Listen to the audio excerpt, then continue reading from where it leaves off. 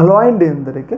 రీసెంట్గా జపాన్కి సంబంధించి ఒక ప్రముఖ న్యూస్ ఛానల్ ఎన్హెచ్కే బ్రాడ్కాస్టింగ్ అని చెప్పేసి వాళ్ళు ఒక కీలక విషయాన్ని అయితే వెల్లడించడం జరిగింది. ఆ విషయం ఏంటంటే, జపాన్ ప్రైమ్ మినిస్టర్ షిగిరో ఇషిబా ఉన్నారు కదా, ఈయన తన పదవికి రాజీనామా చేయబోతున్నారు అని చెప్పేసి వార్త అయితే వెల్లడించడం జరిగింది. ఆయన నిజంగానే తన పదవికి రాజీనామా చేస్తున్నారు.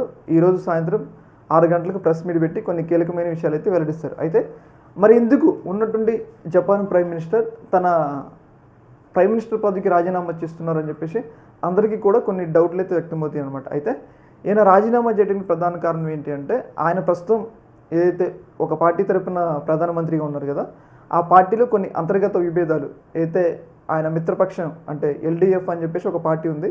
ఆ పార్టీ మిత్రపక్షం ఉంటుంది కదా, వాళ్ళు రీసెంట్గా జరిగిన ఎన్నికల్లో మెజారిటీ కోల్పోయారు.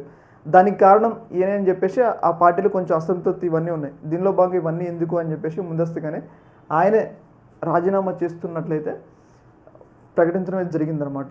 ఆయన పూర్తి వివరాలు ఈరోజు సాయంత్రం వెల్లడిస్తారు. అయితే తర్వాత ప్రధానమంత్రి ఎవరు అని చెప్పేసి చాలా పెద్ద స్థాయిలో చర్చ అయితే జరుగుతుందన్నమాట.